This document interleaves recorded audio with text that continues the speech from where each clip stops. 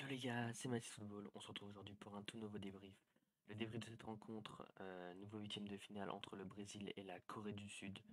Victoire 4 buts à 1 des Brésiliens. Voilà, avec un but de Vinicius Junior, de Neymar, de Richarlison et de Lucas Paqueta les mecs. Tout ça donc en première période. Et un seul but donc du côté sud-coréen de Paik Sung-yu.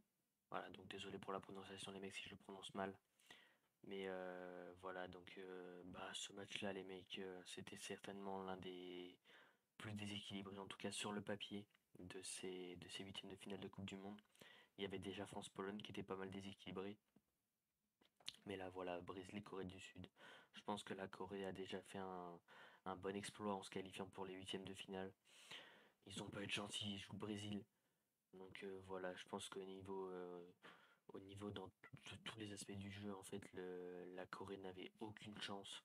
On l'a vu voilà, avec les gros espaces qu'il y avait dans leur dos. Et bien sûr, ça a fait plaisir à un Vinicius, à Neymar, à Richarlison, à Rafinha. Voilà, ils s'en sont gavés, les Brésiliens. Les Brésiliens, en plus, qui font un super match. Mais je pense qu'il n'y a pas grand-chose à redire. Voilà, la Corée qui était tout simplement pas au niveau. On a eu une très bonne équipe n'empêche brésilienne, même s'ils n'ont pas été grandement inquiétés. Mais ils n'ont tellement pas été inquiétés qu'ils ont pu faire rentrer leur troisième gardien. Mais voilà, je pense que le bon point positif, c'est d'en mettre 4. Et aussi le retour de Neymar à la compétition. Après avoir été blessé dès le premier match, il revient là dans la compétition pour se remettre en jambe. Donc je pense que le peuple brésilien doit être soulagé. Donc maintenant on aura un quart de finale contre la Croatie. La Croatie qui a battu le Japon à la séance de tir au but. Donc je pense que ça sera déjà un peu moins déséquilibré ce match. Ça sera un peu moins déséquilibré, mais attention quand même à la Croatie. On sait ce qu'ils peuvent faire, on sait ce qu'ils ont fait en 2018, en sortant beaucoup d'équipes au penalty en prolongation, notamment l'Angleterre en demi-finale, en les sortant après prolongation.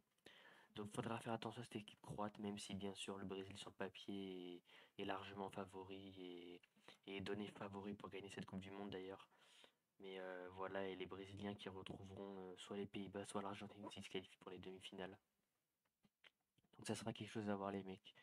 Donc comme d'habitude, si la vidéo vous plaît, je vous invite à liker, à vous abonner, ça fait extrêmement plaisir.